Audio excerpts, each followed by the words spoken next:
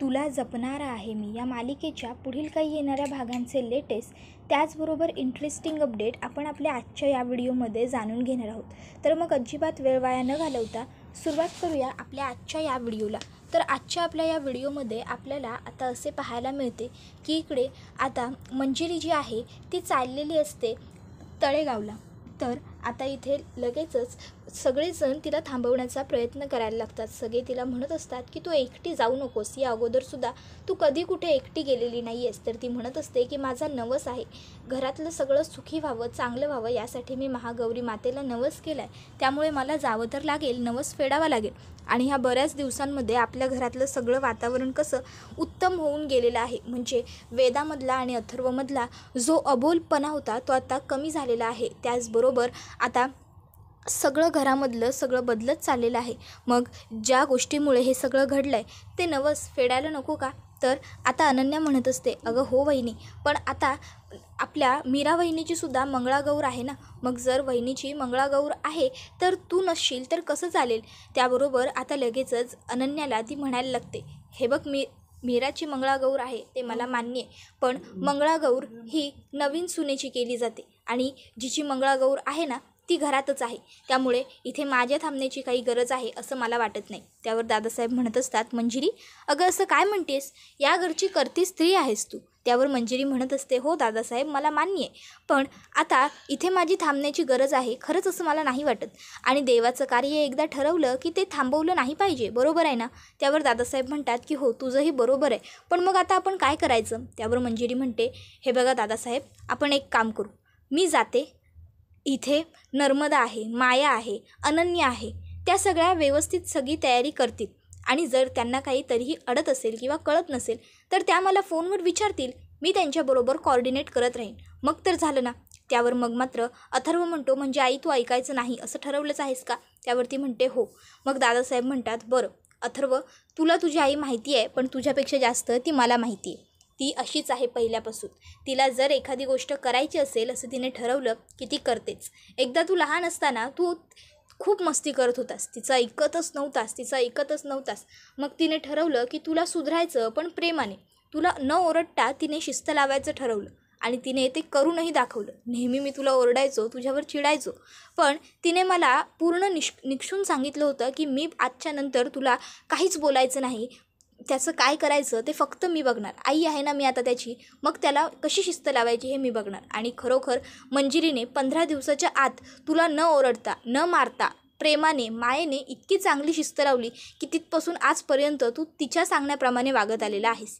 तर आता इथे ती म्हणते, दादासाहेब पुरे झालं माझं कौतुक, मी निघते आता. आणि मग ती जाता जाता लगेचच मीराला सांगते, चांगला होऊ दे आजचा मंगळागौरीचा कार्यक्रम, नाही सगळं व्यवस्थित व्हायला हवं, रामपुरे घराण्याच्या अब्रूला बट्टा लागेल किंवा नावाची चितू होईल असं काही होता कामा नये. त्यावर लगेचच मीरा म्हणत असते, आईसाहेब तुम्ही काही काळजी करू नका, मला जितकं जमेल तितका रामपुरेंचा मान सन्मान राखण्याचा प्रयत्न मी पूर्ण करेन. त्याबरोबर मंजिरी तिला म्हणते, प्रयत्न?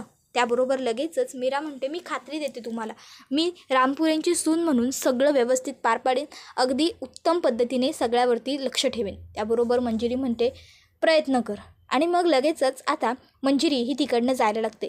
तर आता अथर्व तिला म्हणतो, आई मी तुला बाहेरपर्यंत सोडायला येतो. आणि मग आता अथर्व हा मंजिरीला बाहेरपर्यंत सोडायला येतो, काळजी घे वगैरे, व्यवस्थित राहा सांगतो, दिवसभरात परत येशील ना आणि फोन करत राहशील ना. त्यावर मंजिरी म्हणत असते, अथर्व बाळा, अरे मी काही फॉरेनला नाही जाते, इथल्या इथे फक्त महागौरी मातेच्या गावी जाते, तळेगावला, तू इतकी काळजी करशील का रे माझी, असं म्हणायला लागते. त्याबरोबर अथर्व म्हणतो, आई अगं काळजी तर वाटणारच ना.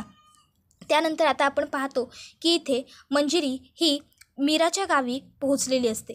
आता रस्त्यात येताना तिला खूप अडचणी, खूप त्रासांना सामोरं जावं लागलेलं असतं, कारण शेवटी ती आता खोटं बोलून घराच्या बाहेर पडलेली असते की ती नवस पूर्ण करायला चालली.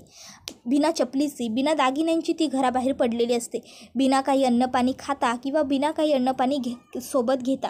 पण ज्यावेळेस ती थोडी पुढे येते तेव्हा तिला माया सापडते आणि माया तिला आता खाण्यासाठी वस्तू का सुद्धा देते आणि पायामध्ये घालायला चप्पलसुद्धा देते. ही गोष्ट महागौरी माता बघते आणि मग महागौरी माता सरळ तिच्या मागे जे खाण्याचे पदार्थ ठेवलेले असतात ते सगळे गायब करून टाकते. त्याबरोबर आता इथे मंजिरीला कळलेलं असतं की मीराच्या बरोबर जी शक्ती आहे कदाचित तीच हे सगळं करते मला त्रास देण्यासाठी. पण मीरा आता फार काळ नाही, आता लवकरच कोण आहे ही व्यक्ती, कोण आहे ही शक्ती हे मी शोधून काढणार आणि बघ नाही जर तुला कायमची अद्दल घडवली तर नाव नाही सांगणार मंजिरी रामपुरे. आणि मग आता ती काय करते, ती थेट तिकडनं पुढे चालतच जाते. इतक्यात अचानक तिची गाडी मध्येच बंद पडते. आता गाडी बंद पडल्यावर मंजिरी गाडीच्या खाली उतरते आणि गाडीत काय बिघाड झाला हे बघण्याचा प्रयत्न करते. पण अर्थात मंजिरी आजपर्यंत कधीच कुठेच एकटी आली गेली नव्हती, त्यामुळे मंजिरीला गाडीत नेमका काय बिघाड झाला आहे हे कळण्याचा प्रश्नच येत नाही. मंजिरी विचार करते की माझ्याकडे वेळ फार थोडा आहे, मला इथे थांबून चालणार नाही, मला पुढे चालतच राहिलं पाहिजे. मग ती चालायची सुरुवात करते. आता चालून मंजिरी पार दमून जाते. पण तरीही महागौरी मातेचं गाव म्हणजेच मीराचं सुद्धा गाव तळेगाव अजूनही तिला सापडलेलं नसतं. आता ती रस्त्यात काही लोकांना तळेगावाचा पत्ता विचारते.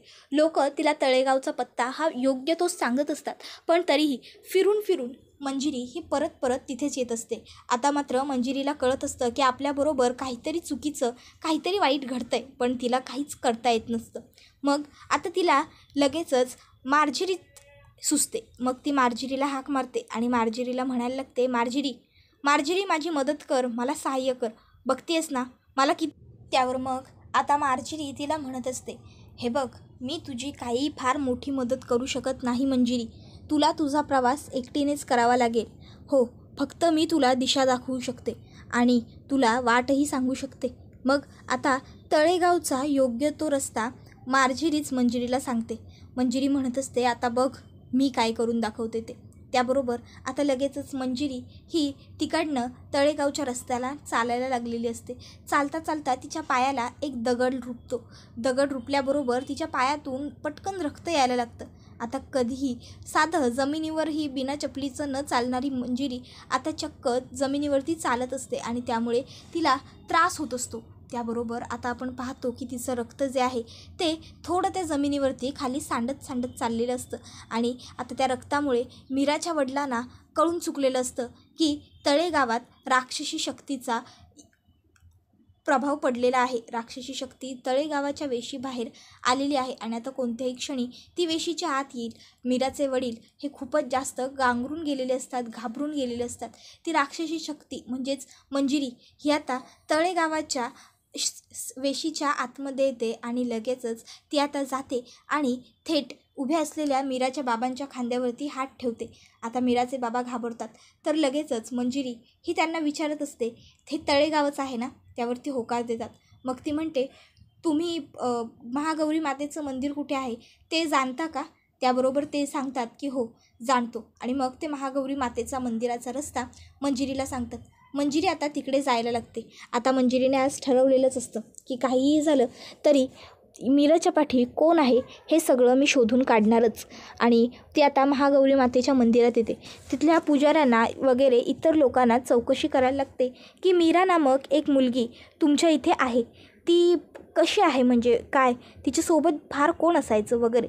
पण आता पुजारी हे स्पष्टपणे तिला सांगतात की आम्ही मीरा नावाच्या कोणत्याही मुलीला ओळखत नाही, आमच्या इथे मीरा नावाची कोणती मुलगीच राहत नाही. त्याबरोबर त्या तिला म्हणायला लागतात की नाही इथे आत्ता नाही राहत, यापूर्वी राहायची या गावामध्ये, आता तिचं लग्न झालं आहे, आता ती तिच्या सासरी राहते, पण याआधी ती या गावातच राहायची, गावात लहानाची मोठी झाली आहे तुमच्या. त्यावरती लोक म्हणतात नाही हो, आमच्या गावात मीरा नावाची कोणती बी पोरगी नाही आणि मोठी बी झालेली नाही तर ती, तुमचा काहीतरी गैरसमज व्हायला. त्याबरोबर ती म्हणते, अहो असं कसं गैरसमज म्हणताय तुम्ही, मला खात्री आहे मीरा याच गावची आहे. त्याबरोबर ती लोक म्हणतात, अहो आम्ही सांगायलो नवं आमच्या गावात ह्या नावाची पोरच नाही म्हणून, मग तुम्ही असं कसं काय म्हणू शकता हो, आमच्यावर जबरदस्ती करतायसा. त्याबरोबर आता मंजिरी ही विचारत पडते की हे सगळं माझ्याबरोबर काय घडतंय. तर आता मित्रांनो, हे सगळं काही केलेलं असतं महागौरी मातेने. महागौरी मातेने मुद्दामून लोकांना मीरा ही विसरायला भाग पाडलेलं असतं आणि त्यामुळे लोकांना मीरा कोण आहे हे आठवतच नसतं. कारण मीरा ही खूप चांगली व्यक्ती होती हे लोकांना माहिती असतं, पण महागौरी मातेला तेच मंजिरीला कळू द्यायचं नसतं. तिला कोणतीच माहिती मंजिरीपर्यंत पोहोचू द्यायची नव्हती. तर दुसरीकडे आपण पाहतो की इथे आता आत्याला हे मंजूर नसतं की मीराची मंगळागौर ही अगदी शांतपणे आणि छान पद्धतीने पार पाडेल. कहानी में कोई तो ट्विस्ट होना चाहिए. काहीतरी खराबी तर आपण केलीच पाहिजे. झुंबर पाडलं पाहिजे किंवा खाण्याचे स्नॅक्स खराब केले पाहिजे किंवा सरबत खराब केलं पाहिजे. नाहीतर कमीत कमी, सगळ्यात कमी आपण मीराची साडी तरी खराब करू शकतो का? किंवा तिचं ब्लाऊज अशा ठिकाणी तिचं फाडायचं वगैरे ना की मीराला ती साडी नेसताच नाही आली पाहिजे. आपण असंच काहीतरी करूया. त्यावर लगेचच तिला आता सगळे सांगायला लागतात की काय गरज आहे. माया म्हणते आपल्याला मॅडमनी सांगितलं आहे जोपर्यंत त्या येत नाही तोवर आपल्याला शांत राहायचं आहे, काही गोंधळ घालायचा नाही आहे. त्या आल्यावर खरा प्लॅन सुरू होणार आहे. तर दुसरीकडे वेदा आता खूपच एक्सायटेड असते. वेदा मीराला म्हणत असते, आई आई आई ऐक ना, हे महागौरी काय असतं आणि हे गौरी कशी असते? गौरी खूप क्यूट दिसते का? ती माझ्यासारखी असते? त्याबरोबर मीरा म्हणत असते, हो हो हो वेदा, किती प्रश्न पडत आहेत तुला? त्यावर ती म्हणत असते की मला खूप सारे क्वेरीज आलेत आई. कारण तुला माहिती आहे का, अनन्या आत्तू सांगत होती तिच्या फ्रेंडला की हे खूप भारी असतं आणि हे आपल्या घरी असणार आहे. आई, याच्यामध्ये काय काय असतं? अनन्या आत्तू तिच्या फ्रेंडला सांगत होती की हे मध्ये गेम पण खेळतात. मग सांग ना आई, कसले गेम असतात, काय काय खेळतात ह्याच्यामध्ये? त्याबरोबर आता मीरा काही बोलणार इतक्यात त्या ठिकाणी आता मायाने ते सगळं बघितलेलं असतं. माया आता खूप चिडते. माया आता मनातल्या मनात शिव्या देत असते मीराला. ती म्हणत असते, मीरा तुझं कधीच चांगलं होणार नाही. कायम कायम वाटोळं होईल तुझं. तू माझ्या नादी लागली आहेस. त्याबरोबर लगेचच आता इथे मीरा हिला मात्र या सगळ्या गोष्टींचा काही फरकच पडत नसतो. तर अनन्या ही आता मीराच्या मंगळागौरीची तयारी करायला घेते. मंजिरी ही तिकडे तिचं कार्य कंप्लीट करण्याच्या पाठी पडली आहे. तर दुसरीकडे माया ही मीराला तेलावरून पाडण्याच्या प्रयत्नात पडली. तर आपण आता पाहतो की इथे तेल सांडून माया आता खूप खुश होत असते. ती म्हणत असते, ये मीरा ये, आता ह्या तेलावरून घसरून तू एकदा का पडलीस ना की तुझी मंगळागौर पार पडू शकत नाही. अथर्वच्या नावाने मंगळागौर खेळण्याचा खूप शौक होता ना तुला, आता खेळ ना मंगळागौर.